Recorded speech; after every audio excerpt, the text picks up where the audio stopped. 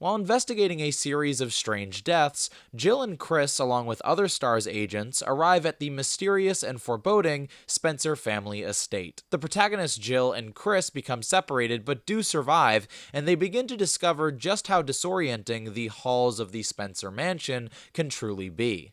This month I finished playing the original Resident Evil Remake for the first time, and while I enjoyed my experience, today we're going to be deciding whether I think the original Resident Evil is a game to be remembered or a game to forget. Stars and Stripes! Hello and welcome to another Carrot Scraps video, and by another I mean the 38th. So the original Resident Evil game was released on March 22nd, 1996 on the PlayStation 1. And as much as I would really love to talk about that game, today we're going to be talking about the remake of the original, which was released originally on GameCube on March 22nd, 2002. I like that. I like that they synced up the dates. So after the opening of the game, Jill or Chris, depending on who you play as, is left to explore the Spencer mansion, as their companions periodically disappear.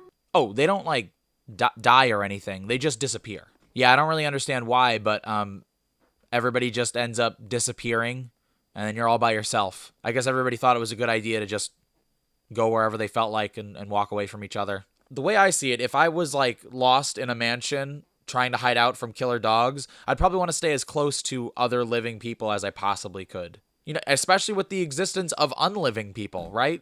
Quickly you begin to piece together that the mysterious murders you were sent to investigate might not be as typical as you thought.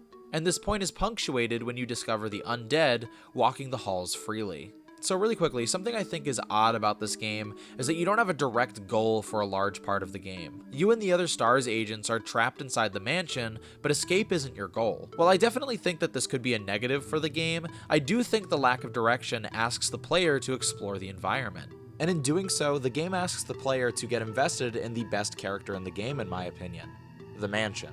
Eventually, you recognize the dark nature of the mansion, but can't stop digging. The rush of figuring out how to bypass each obstacle in your way becomes addictive. I really like that this want to know more about the mansion becomes your motivator after a while.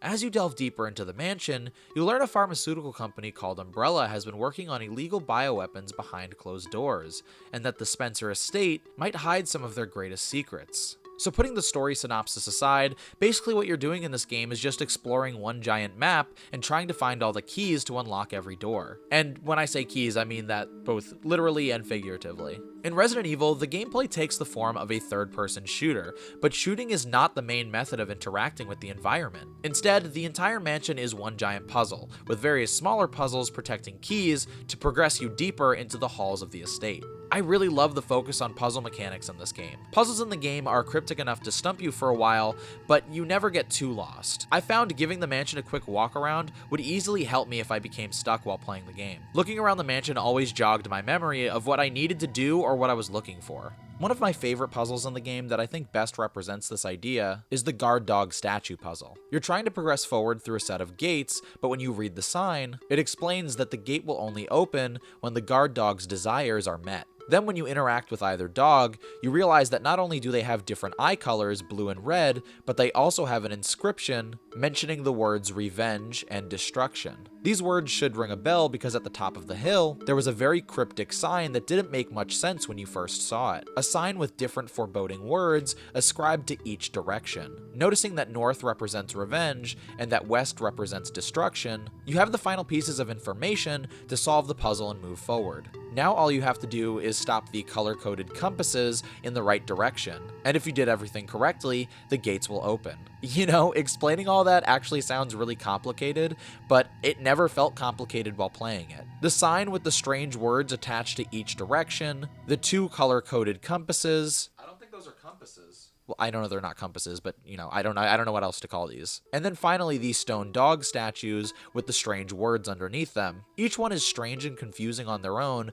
but when you start to contextualize them together, the answer to the problem becomes really simple. And there are dozens of other puzzles in the game that I think are just as interesting. But while puzzles are my favorite part of the game, we still should talk about movement and revisit gunplay. Now, combat is definitely a little dated, but it's not bad. So the original Resident Evil had what is called tank controls, which basically means that you're only allowed to move in the direction that the character is looking in.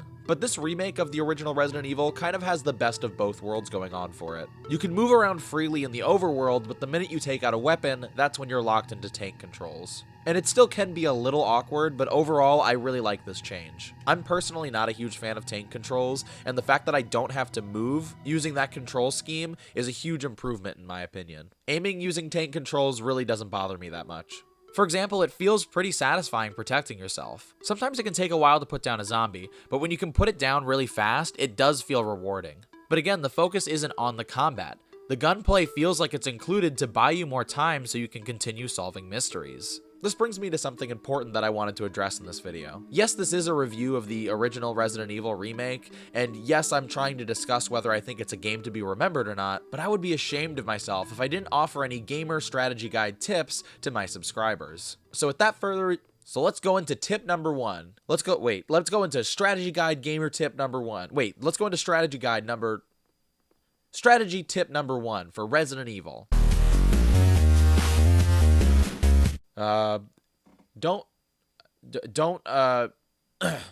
Tip number one, don't shoot zombies.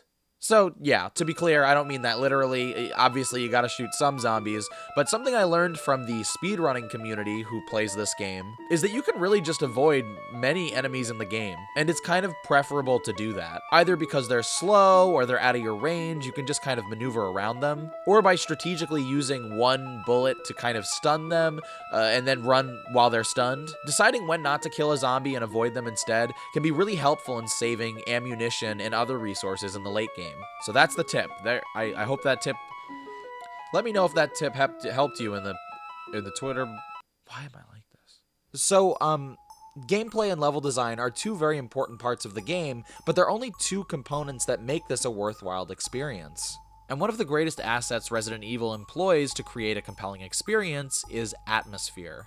There's a lot of atmosphere that easily creates tension in the game. First of all, while I criticize the personal decisions to leave each other alone inside of a mansion, I do think that being alone as a player really helps building anxiety.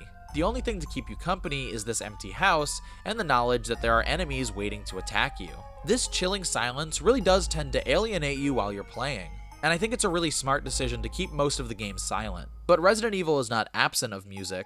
In fact, it has some amazing tracks. For example, you're able to access a room that allows you to save your game or manage your inventory. And in this room, you're actually completely safe, which is the perfect time to spring my favorite track in the game. The song that plays while you're in the save room is extremely haunting.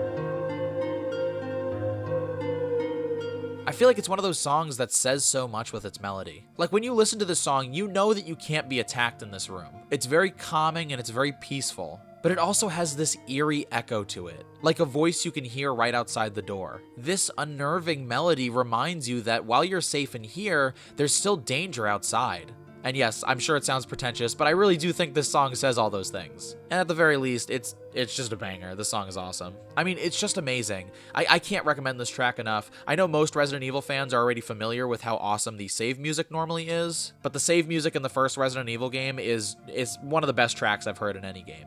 But it's not the only track in the game, and while the other songs on the soundtrack don't reach the quality that I think the save room does, I do think that the other music is well composed and strategically placed throughout the game. The smartest idea, in my opinion, being not putting music in every room, but instead very specific rooms. Rooms that are meant to evoke a certain feeling, or rooms that they know that you were going to be in for a while. And yeah, so just this balance of using music and the absence of music creates a lot of tension in the game.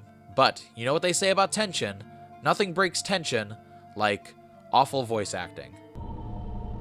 Where did they go? Chris! Chris! I think I got it. It's not just any ordinary snake.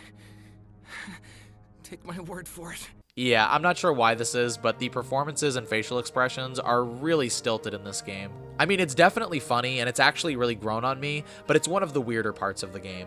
Another one of those qualities that falls into the bucket of, I like it now, but wouldn't be angry if it was changed before I ever saw it. You know what I mean? That makes sense, right? Anyway, the virus raising the dead in Resident Evil is known as the T-virus, and what's really cool about it is that it doesn't just extend to the human undead, but animals and plants as well. Sharks, dogs, maybe even crows can be infected and changed beyond recognition. I mean, I don't even know what these things are. Are they insects? I don't know, but it's cool that the virus turns them into this. I really like that the virus affects all life in the game because it helps with enemy variety, but it also adds to the fear factor. Anything can turn against you, and even worse, you can't predict what it'll look like or act like when it does. That kind of unpredictability is really scary to me, especially if you're more familiar with traditional zombie stories. From my experience, most zombie plagues or viruses don't affect any other living things except for humans. So this twist on the zombie trope really kept me on my toes. The game ends with you confronting the secrets of the Umbrella Corporation, while confronting the knowledge that another STARS agent has betrayed your group. There's also a satisfying side mystery with this shrieking monster. A mystery that really isn't important to the main story, but can be really fascinating if you pay attention to it. And the game doesn't hand you that mystery, it kinda asks you to look into it yourself, which I think is cool. In the end, you face off against a Tyrant, a new horrifying experiment by Umbrella that seems impossible to defeat. But after overpowering it, the mansion is destroyed and you are able to escape. And that's the end of the first Resident Evil. And by end, I mean the end of part 1. Something else that I really like about this game is that you technically have 2 different campaigns to play through, depending on which protagonist you choose. Sure, Chris and Jill's stories are very similar, but there are a lot of differences that make it feel completely different. For example, there's this puzzle in the game where you have to play a certain song on the piano, and if you play as Jill, you're talented enough to read sheet music so you can just play the piano. But if you're playing as Chris, first of all, you can't play piano at all, you didn't put in that work, I guess. So instead, you need the help of Rebecca, who is also in the mansion, and who also isn't great at piano. Oh, what was that? I feel like it's really rewarding for somebody who enjoyed the game the first time to get something slightly different. And I really love this difference specifically, because Chris can't play the piano, and Rebecca can't play the piano, but she can get better at playing the piano. My interpretation is off a little. Let me practice for a while. So you have the option to leave Rebecca alone for a while to practice the piano, and if you do that, she'll eventually get better at playing the song and reading the sheet music, and then the puzzle will get solved. I think you actually have to find another item to trigger her learning how to play the song, but either way, I like the idea of leaving her alone to practice. It feels very real. Most of the game is very similar, but I really like these minor changes. I enjoyed playing as Jill more than Chris. She carries a lockpick and has a larger inventory. Chris, on the other hand, always carries a lighter and has a smaller inventory. Now, the lighter is very useful, but I just enjoyed Jill's campaign more. I like the game best when the enemies aren't too hard, so I can focus on the mystery of the mansion. Plus, for a game about inventory management, I definitely need those 2 extra slots. And now that I look at my watch and I check my time, this feels like a good time for another pro carrot scraps strategy guide tip for Resident Evil players. Tip number two. This is tip number 2. So there's this really cool mechanic in the game where if you down a zombie, and I say down because in a second I'm going to talk about how they're not actually dead, they're just down. I mean, technically they were never dead, they're undead if they're zombies. But you know what I mean. If you shoot a zombie, they fall down and you're like, I'm safe now because I killed that zombie. But Resident Evil is always trying to keep you on your tippy toes, because if you leave a zombie that you believe you have killed on the ground for too long, and you return to that location, they will eventually rise again from the undead. Let's just call them dead. They were dead. The zombies will rise up again after you killed them, only this time they'll be more powerful. These new versions of the formerly deceased zombies are called Crimson Heads. I always call them Copperheads, but they're Crimson Heads. Their skin is tinted slightly red, they have sharp fingernails, and they're much faster and more vicious than they were previously. So again, they're a really cool enemy type, and they really do surprise you when they jump up from the ground for the first time. But what's great about them is that there's a way to avoid encountering these enemies. Essentially, throughout the mansion, there are various containers of kerosene that you can fill your little canteen with. And if you have the lighter on you, you can combine those two items to set fire to a downed zombie, or a zombie that you believe is dead. You know what I mean? They're dead. They're in the state before becoming Crimson Heads. So if you set fire to a zombie that is on the ground, you can destroy their body and prevent them from coming back as a Crimson Head. I didn't really use this mechanic as much while I was playing as Jill in my first run of the game, but when I was playing as Chris, I found it way more useful. I assume that difference came from the fact that I was playing on a harder difficulty when playing as Chris versus Jill. So I felt the pressure a little bit more when I was playing as Chris, and I felt like it was more advantageous to just take these zombies off of the playing field. This mechanic kind of reminds me of Pokemon centers in Pokemon. Technically, in a Pokemon game, you can go back and heal your entire team in between fighting each trainer at a gym. But the thing about that is, while that option is available to you, it is a long walk and it's a personal investment of time. So yes, it will make the game easier, but it'll consume way more time. Not only are these containers of kerosene scattered very scarcely throughout the mansion, so you have to remember where they are and locate them with your limited inventory, but there's also a limited amount of kerosene for you to use. So while you can burn most zombies, I don't think you can burn them all, and so that creates a strategy element where you should pick wisely what areas you don't want to see a Crimson Head in. This was a tip, right? Okay, so anyway, yeah, my second tip, burn zombies when you can. Don't be like me when I was playing as Jill. It's a fun mechanic, it's a good mechanic, and it's useful. That's the end of tip number 2, right? Tip number 1, tip number 2. That's another tip. Let's move on. But with the story out of the way, I want to go back and talk a little bit about atmosphere, and more specifically, being scared and how the camera angles in the game affect that. One of the most distinct things about the original Resident Evil are the fixed camera angles. The only reason Resident Evil had even caught my eye in the past was because I had played the original Devil May Cry, and while I enjoyed the game, I thought the fixed camera angles had detracted from the experience. And shortly after I realized Resident Evil had fixed camera angles as well, I began to think about why they would be included in a game and how it could add to the experience instead of subtract from it. And so I briefly played the Resident Evil Remake many years ago and decided that it worked in that context. In Resident Evil, I have to imagine that the camera was fixed due to technology restraints, but I think the fixed angles help the sense of horror immensely. Not knowing what is coming behind a corner can be really scary, and certain angles make you feel watched by an unknown entity. In addition, the jagged switch between each angle can only cause a sense of discomfort in the player, and you can tell that each angle is a meticulously thought out painting. The developers really wanted you to look at each scene from a specific perspective, and in my opinion, most, if not all of these perspectives, really elevate the sense of terror that the game is trying to illustrate. However, I will admit that there are many times when I accidentally go in the wrong direction, or I die thanks to the fixed camera angles. And worse than dying, there are times when I just go back and forth between two different camera angles. The reason why is that your controls completely change when you go into a new angle, and sometimes it can be difficult to adjust. I will admit that this is a problem with the game and can be really difficult for certain people to get used to, but overall, being confused temporarily is an acceptable price to pay for such a unique and vital feature to the game, in my opinion. And I say vital because I really do think that these fixed camera angles are really important to the overall package of the original Resident Evil. Now, before we get to the end of the video, I want to talk about backtracking and the exception to my rule on backtracking.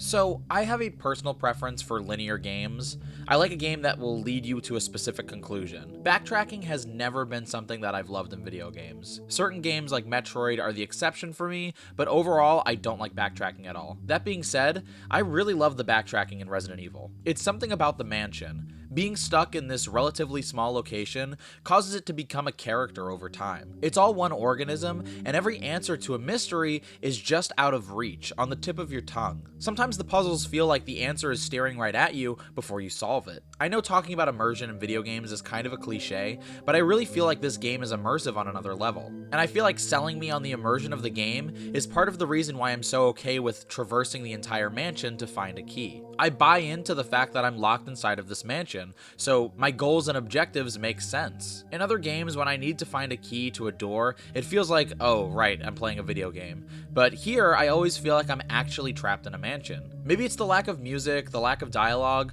or the scarcity of life on the mansion, but there's something very real about the setting. I think that realness helps me focus on the task at hand, going deeper into the darkness on the Spencer grounds. So like I said, backtracking in video games is not something that I'm normally really into, but in Resident Evil, it really feels like, wait a second, are you seeing this? Why are there so many rugs in like one hallway? It's like, wait, that's 1, 2, 3. What 8? That's like a ton of rugs. Look at how many rugs there are. Wait, 1, 2, 3, 4, 5, 6, 7, 8, 9. It's at least 9 rugs in this like area. And don't try to tell me that like, oh, well, it's a long like stretch of area. They have long rugs at other parts of. That's crazy. All right, let's stop talking about the rugs. Let's move on. Let's move on to something else. Oh wait, this seems like a good time. Let's while we're here, let's talk about our third and final Resident Evil strategy guide tip from your buddy Carrot Scraps for Resident Evil fans or Resident Evil players. That was the best take I've done so far. All right, so tip number 3 is don't use green herbs. That's not what I mean exactly. It's more complicated than just don't. So in the game, there are multiple health restoration options for you to regain health after being wounded. When attacked, your character will go from fine to caution to danger, which is color indicated from green, yellow, and red. And you can either use a spray that heals you from danger all the way back to fine, or use a green herb, which will heal you from one state to another. So for example, you would go from danger to caution, or caution to fine, instead of going from danger to fine. And when I was first playing as Jill, I was using green herbs all the time because I was panicked and I didn't want to get hurt. But there's this other mechanic where you can combine herbs together to create more useful herbs. So for example, there are blue herbs that cure you of poisoning in the game. And in addition to that, there are red herbs that are useless on their own, but when combined with green herbs, they heal you much better. And so this combination of green and red herbs will heal you from danger all the way to fine. So I found during my playthrough as Chris that it made more sense for me to play as wounded as possible, if that makes sense. Essentially, if I was at caution, don't heal myself until I'm at danger.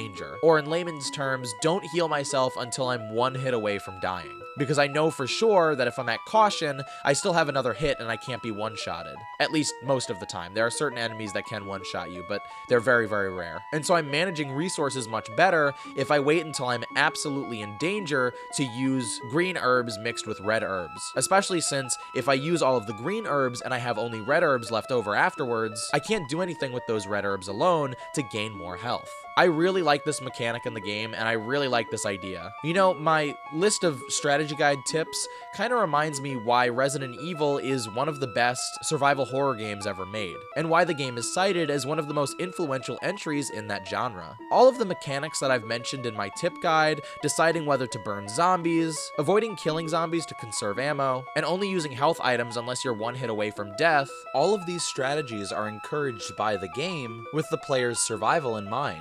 And in my opinion, this actual need to survive in the gameplay creates the stress, anxiety, and horror associated with the rest of the game. Horror and survival going hand in hand. In essence, the game is at its most tense and horrifying when you're trying to survive by conserving utilities. It is entirely possible that if you play recklessly or if you play on a hard difficulty and make some mistakes, that you will eventually run out of resources and then you're just stuck in the mansion. It'll be very hard or impossible for you to progress through the game if you don't have the resources to move forward. And that kind of anxiety and horror is linked to inventory management and the conservation of items throughout the game. There's a lot of discussion online on what makes a true survival horror game, and I'll agree that it seems like a lot of people just think that survival horror means horror game. I mean, sure, in Slender the 8 Pages, you are surviving from something horrifying, but I don't think that's what the genre is talking about. I think most genres in video games are defined by their gameplay rather than their tone. I do think that it's possible that certain genres are a mix of the two, gameplay and tone, but I think gameplay is the main way that a video game communicates to its audience and its player base, so that's what the genre wants to get across when you hear the name. When you hear a video game genre, you want to know how to play it as quickly as possible. Anyway, in essence, survival horror games create this dance where you need to play the game carefully while avoiding death, because if you don't make the right decisions, you'll just be left alone and die. And not because you got caught by the monster or because the enemy tricked you, but instead because you ran out of the items that you needed to survive. I think at the core of survival horror, that's what the genre is meant to be, and that's what people perceive the genre as. There are plenty of other games that are not survival horror, that are just horror, that I think are fantastic. This genre title is not a benchmark of quality by any means. I just think it's a descriptor that explains the gameplay, and I think that most people are trying to explain a game like the first Resident Evil when they mention survival horror. Anyway, wasn't I? Oh, that wasn't a tip.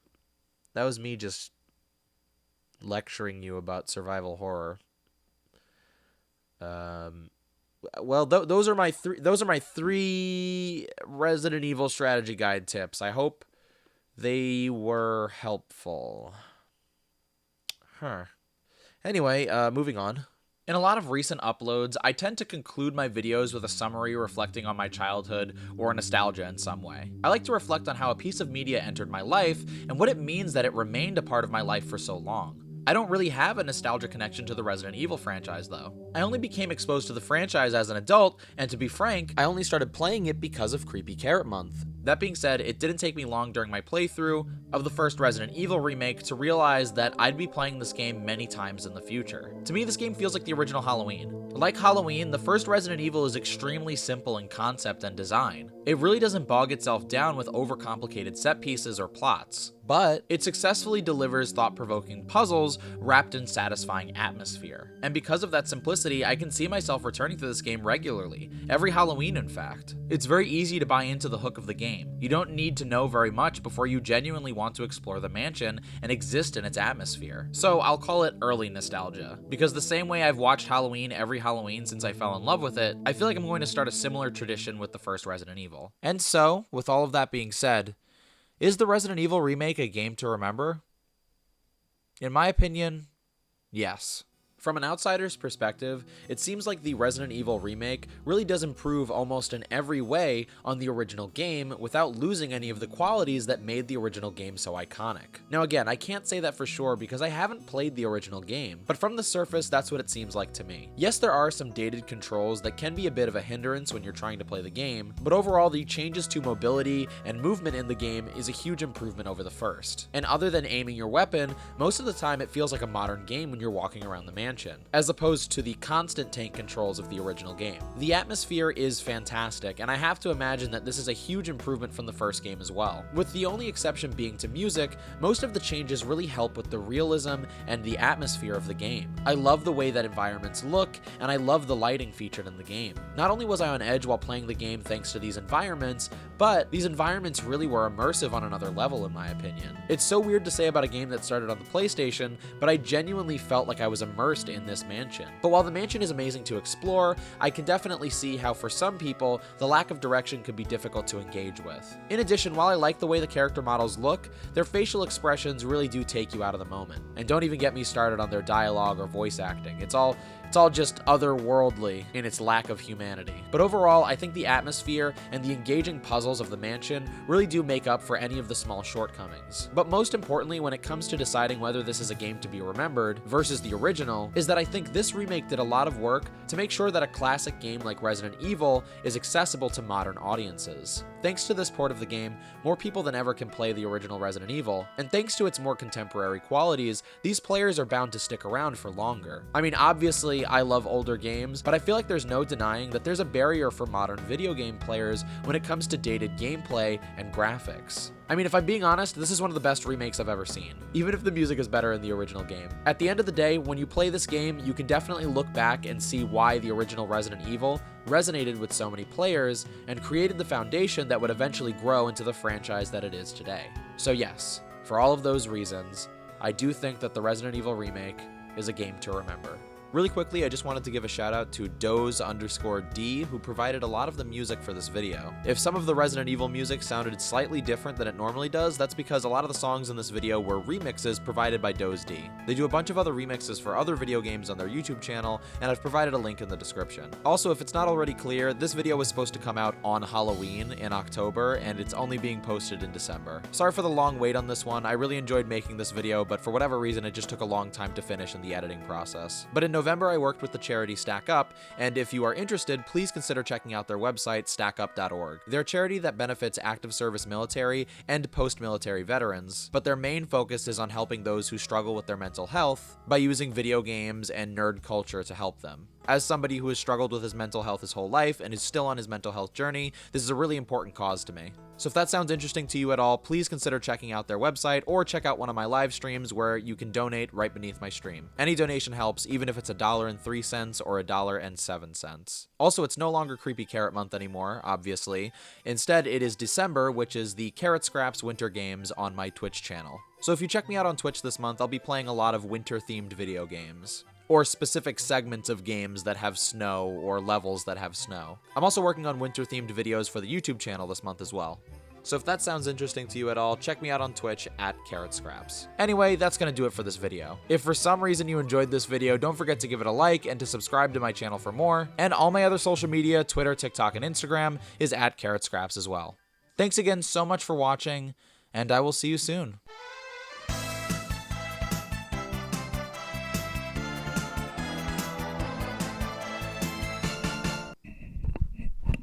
So I didn't get to mention this in the full video, but the boss fights are okay for the most part. A little simple, but not too bad. I'd rather they be simple than not good. But that being said, my favorite part of the game was definitely the shark section. There's a whole section where you stumble upon an underwater facility, and there are zombie sharks, and that's awesome. And I like sharks, and I like zombie sharks. So I hope they have more zombie sharks. I hope they have more zombie sharks in the future. That's what I hope.